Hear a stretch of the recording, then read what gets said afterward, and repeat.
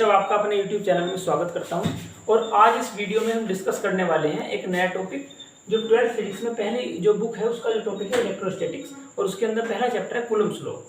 तो Coulomb's law की हम आपसे बात करने वाले हैं। कूलम्ब्स लॉ को समझने से पहले सबसे पहले आपको चार्ज के बारे में जानना बहुत जरूरी है। तो चार्ज की अवधारणा क्या है, चार्ज का जनरेशन कहाँ से हुआ और चार्ज कितने प्रकार के होते हैं, ये सब क्वेश्चन हमारे दिमाग में सबके आते हैं।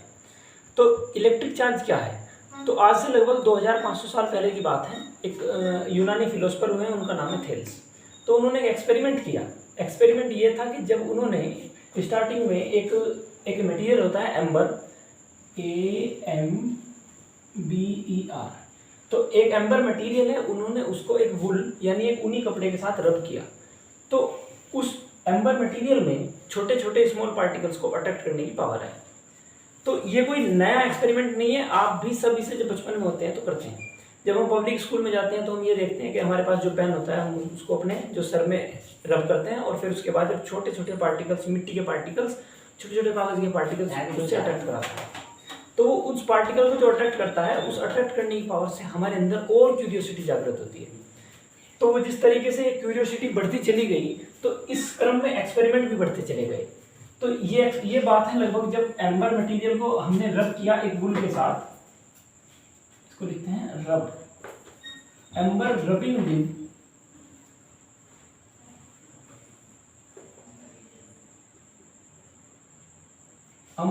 विद वुल। तो ये इस तरीके से एक्सपेरिमेंट बढ़ते चले गए। फिर बाद में जो नए मटेरियल आए उसमें हमने सबसे पहले एक ग्लास रोड लिया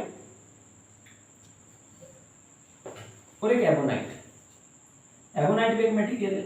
तो इस तरीके से जब हमने देखा कि हमने ग्लास रोड को सिल्क के साथ और एबोनाइट को कैट फर यानी बिल्ली की खाल के साथ रब किया, तो उसमें बहुत सारे ऐसे रिजल्ट आए जो हमको आश्चर्यचकित करने वाले थे। तो हमने देखा कि जब ग्लास रोड को आप सिल्क के साथ रब करते हो और एक दूसरी ग्लास रोड को सिल्क के साथ रब करते हो तो ये आपस में एक दूसरे को रिपेल करते हैं। जब आप एक एबोनाइट को कैट फर के साथ रब करते हो और फिर दूसरी एबोनाइट को कैट फर के साथ रब करते हो तो एक दूसरे को रिपेल करते हैं। पर दूसरा जो रिजल्ट था जो आश्चर्यचकित करने वाला था वो ये था कि आपने जब ग्लास रोड को एबोनाइट के साथ कांटेक्ट में लेकर आए तो देखा कि एक दूसरे को अट्रैक्ट करते हैं। तो उससे हमें ये पता चला कि एक चार्ज तो ये है जो ग्लास रोड पर जनरेट हुआ, दूसरा चार्ज ये है जो एबोनाइट पर जनरेट हुआ। तो यानी दोनों चार्ज अपोजिट होंगे और वही चार्ज एक दूसरे को अट्रैक्ट करेंगे। तो जो ग्लास रोड पे चार्ज जनरेट हुआ उसको मैंने पॉजिटिव चार्ज के नाम से, मैंने क्या बेंजामिन फ्रैंकलिन ने। एबोनाइट पे जो जनरेट हुआ उसको मैंने नेगेटिव चार्ज के नाम से। तो जो पॉजिटिव चार्ज और नेगेटिव चार्ज जो ये टर्म सबसे पहले यूज की वो 1750 में एक साइंटिस्ट का नाम है जिनका नाम है बेंजामिन फ्रैंकलिन।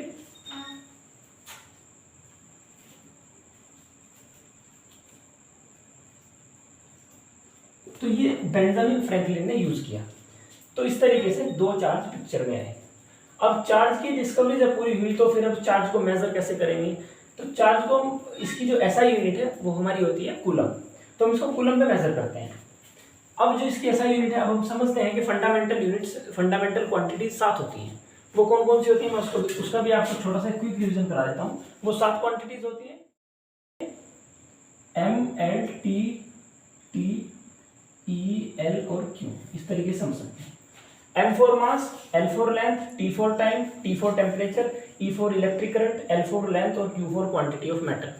इन सभी की 7 फंडामेंटल यूनिट्स हैं। मास के लिए किलोग्राम, लेंथ के लिए मीटर, टाइम के लिए सेकंड, टेम्परेचर के लिए केल्विन और इलेक्ट्रिक करंट के लिए एम्पियर और लाइट इंटेंसिटी के लिए कैंडिला और क्वांटिटी ऑफ मैटर के लिए मोल। तो यहाँ पर जो इलेक्ट्रिक करंट है हमारे लिए ये इंपॉर्टेंट है। तो जो इलेक्ट्रिक करंट है इसको मेजर करते हैं एम्पियर में।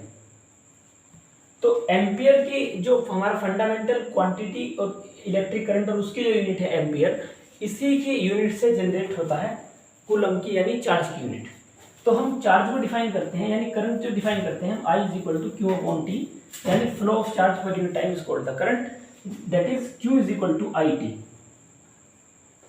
यदि 1 एम्पियर करंट 1 सेकंड के लिए किसी मटेरियल से पास हो तो उसमें जो चार्ज जनरेट होगा वो 1 कूलम होगा। तो इसको हम 1 कूलम से into 1 second is equal to 1 coulomb. तो हम इस तरीके से चार्ज को डिफाइन करते हैं। फिर इसके बाद अब चार्ज जो है एक ऐसी क्वांटिटी है जिसको हम एल्जेब्रिक सम के तरीके से ऐड कर सकते हैं, और चार्ज क्वांटाइज भी होता है, क्योंकि जो सबसे छोटी इलेक्ट्रॉनिक चार्ज यूनिट है उसकी वैल्यू हमें दी गई 1 electronic charge is equal to, ये एक इंपॉर्टेंट पॉइंट है जिसको आप नोट कर सकते हो, सबसे जो छोटी चार्ज क्वांटिटी है जिसको हम जिस टर्म में इसको हम ऐड करते हैं, यानी 1.6 इंटू 10⁻⁻19 कूलम। ये मैं कहता हूं कि अगर किसी के पास एक इलेक्ट्रॉन है तो मीन्स उसके पास 1.6 10⁻⁻19 कूलम चार्ज है, और अगर किसी के पास एक इलेक्ट्रॉन की कमी है तो उसके पास यानी 1.6 10⁻⁻19 कूलम पॉजिटिव है। तो ये बात है। तो इलेक्ट्रॉन का होना या इलेक्ट्रॉन का नहीं होना, इलेक्ट्रॉन की एफिशिएंसी और इलेक्ट्रॉन की डेफिशिएंसी, तो दो बात है। तो इलेक्ट्रॉन का अधिक होना यानी 1.6 10⁻⁻19 कूलम चार्ज का माइनस में होना, और इलेक्ट्रॉन की कमी होना यानी 1.6 10⁻⁻19 कूलम का अधिकता में होना। तो ये दो बातें होती हैं। अब चार्ज क्वांटाइज होता है, और क्वांटाइज यानी चार्ज को आप इस छोटी सी क्वांटिटी के इंटीग्रल मल्टीपल में लिख सकते हो। अगर किसी के पास चार्ज होगा, जैसे हम समझते हैं कि किसी के पास 2.5 रुपये तो नहीं होते, या तो 1 रुपये हो गए, या तो 3 रुपये होंगे, या तो 4 रुपये होंगे, या 100 रुपये होंगे, 2000 रुपये होंगे। ऐसा नहीं है कि उसके पास 2.5 रुपये हैं, 7.5 रुपये हैं। तो इस तरीके से जो इंटीग्रल मल्टीपल में होगा वो इस छोटी सी इलेक्ट्रॉनिक क्वांटिटी का होगा, एंड यहाँ पर जो इंटीजर है और उसके लिए हम इसकी वैल्यू को ऐड कर सकते हैं। चार्ज हमेशा कंजर्व रहता है। तो चार्ज के लिए 3 नियम है कि एक तो चार्ज को हम क्वांटाइज कर सकते हैं, यानी छोटी छोटी क्वांटिटी के रूप में ऐड करके देख सकते हैं, और चार्ज हमेशा कंजर्व रहता है। इस उदाहरण को भी मैं समझा सकता हूँ।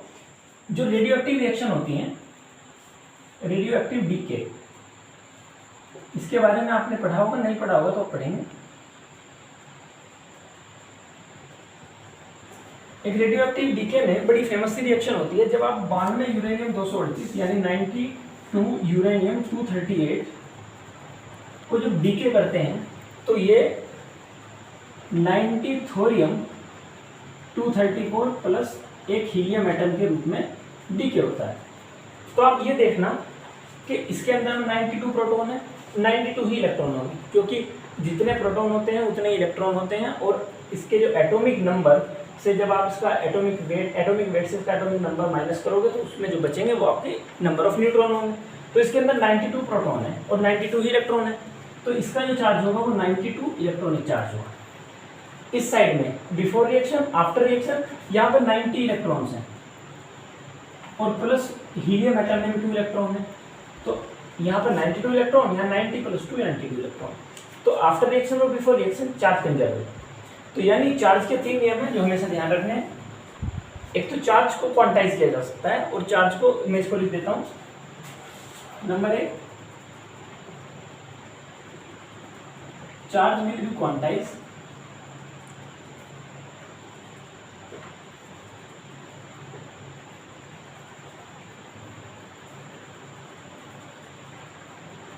charge will add by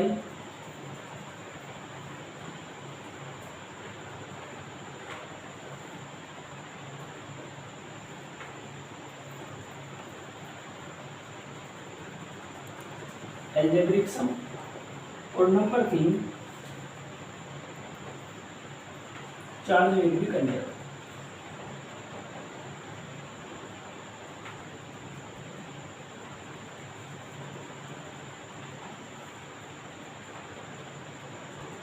तो चार्ज के 3 नियम। तो और इसके बाद जो अदर कंटेंट है वो हम अगली वीडियो में डिस्कस करेंगे। आज यहीं पर रखते हैं, और उसके बाद हम अगली वीडियो में कूलम्ब्स लॉ के बारे में बात करेंगे। आपको हमारी वीडियो पसंद आई तो हमारे चैनल को लाइक करें, सब्सक्राइब करें, शेयर करें। Thank you.